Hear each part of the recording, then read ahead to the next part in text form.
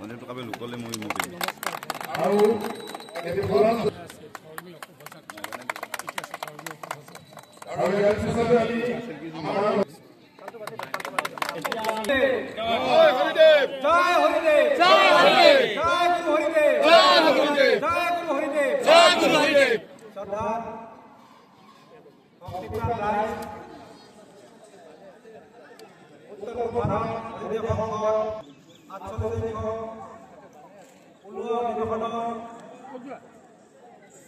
তৃতীয় দিনৰ তথা অন্তিম দিনৰ অন্যতম বিশেষ কাৰ্যসূচী ধৰ্মীয় সাংস্কৃতিক শোভাযাত্ৰাত আমাৰ লগত উপস্থিত হোৱা উত্তৰ পূব ভাৰত হৰিদেৱ সংঘৰ দ্বিবাৰ্ষিক ওলোৱা অধিৱেশনৰ আজি অন্তিম দিনৰ অন্যতম বিশেষ কাৰ্যসূচী সাংস্কৃতিক শোভাযাত্ৰা এতিয়া আমি আৰম্ভ কৰিবলৈ ওলাইছোঁ আৰু খন্তেক সময়ৰ পিছতে আমি গোটেই অঞ্চল ওলোৱাৰ উজান ওলোৱা কাটি ওলোৱা এই অঞ্চল পৰিভ্ৰমণ কৰি পুনৰাই এই আমাৰ যিটো পবিত্ৰ ধাম হৰিদেৱ ধাম ভোগেশ্বৰ মন্দিৰত আমি সমবেত হ'ম।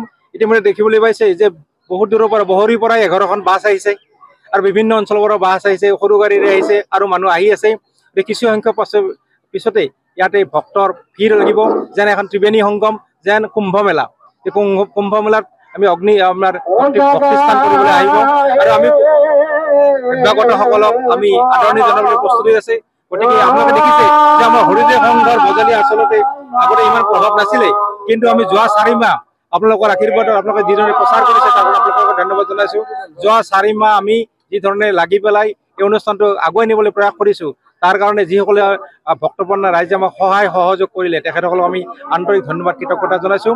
আৰু আমি এটা মেছেজ দিব বিচাৰিছোঁ যে আমাৰ 4জন যি গুৰু আছে, হৰিদেৱ, শংকৰদেৱ, মাধৱদেৱ, দামোদৰদেৱ, এই 4জনৰ গুৰুৰ যিটো কৃষ্টিসমূহ, তেখেতলোকৰ যিটো বাণীসমূহ আমি সমাজৰ মাজত লৈ যাবলৈ বিচাৰিছোঁ, যাতে আমাৰ গুৰুজনাক বিশ্ব দৰবাৰত প্ৰতিষ্ঠিত কৰিব পাৰোঁ, যিজনক আমি বেদাচাৰ্য বুলি কওঁ, যাক আমি এই ভাগৱতাচাৰ্য বুলি কওঁ। সেইজন মহান গুৰু যিয়ে সেই সময়তে আজিৰ পৰা 500 বছৰ আগতে তেখেতৰ ছোৱালীক সত্ৰাধিকাৰ পাতিবলৈ নাৰীক অধিকাৰ দিছিলে, সম অধিকাৰ দিছিলে। ভুৱনেশ্বৰী আছিলে আইমাতৃগৰাকীক। গতিকে এনেকুৱা এজন মহান ব্যক্তিক, মহান পুৰুষক, মহাপুৰুষক আমি শ্ৰদ্ধা কৰি জনাবলৈ পাই আনন্দিত হৈছোঁ।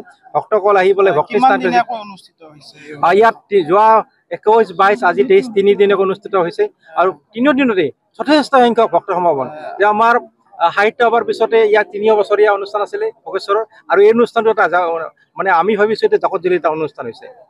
গতিকে আপোনালোককো আমাৰ এই কথাসমূহ, এই বাণীসমূহ, গুৰুজনৰ বাণীসমূহ প্ৰচাৰ আৰু প্ৰসাৰ কৰিবলৈ বিনম্ৰভাৱে অনুৰোধ জনাইছোঁ। ইতিমধ্যে আমাৰ অভ্যৰ্থনা সমিতিৰ সভাপতিয়ে আমাৰ বিষয়বস্তু আৰু কি কাৰণত আমি আজি শোভাযাত্ৰা উলিয়াইছোঁ আপোনালোকক ক'লেই যে 4 গুৰুৰ জ্যেষ্ঠতম গুৰু আছিলে আমাৰ গুৰু শ্ৰী শ্ৰী হৰিদেৱ। কাৰণ সত্ৰ সংস্কৃতিৰ জনক বুলি তেখেত অভিহিত, আৰু অভিহিত যে ভাগৱতাচাৰ্য। তেখেতে গৈ যেতিয়া পুৰীত গৈ যেতিয়া ভাগৱত অধ্যয়ন কৰিছিল, তেখেতৰ পাণ্ডিত্যত মুগ্ধ হৈ তাৰ পুৰীৰ পাণ্ডাসকলে তেখেতক ভাগৱতাচাৰ্য উপাধি প্ৰদান কৰিছিল।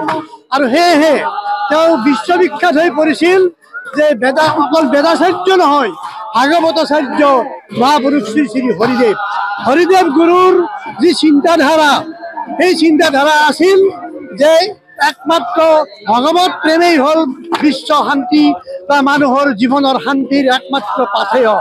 সেইকাৰণে তেওঁ কৈ গৈছিল যে আপোনালোকে যদি জীৱন যদি শান্তিৰে যদি অতিবাহিত কৰিব খুজিছে, সমাজত যদি শান্তি শৃংখলা অটুট ৰাখিব বিচাৰিছে, তেতিয়াহ'লে কেৱল ভগৱতত মগ্ন হৈ থাকক, একাত্মভাৱে ভগৱতক আপোনালোকে আদৰি লওক আৰু একাত্মভাৱে ভগৱতক আপোনালোকে অধ্যয়ন কৰক। তেতিয়া সেই জীৱন তথা সমাজৰ শান্তি সমৃদ্ধি ঘূৰি আহিব আৰু সমাজ শৃংখলিতভাৱে পৰিচালিত হ'ব। যিকোনো খবৰৰ বাবে যোগাযোগ কৰক 7099017330 লগতে 7099017110 নম্বৰত।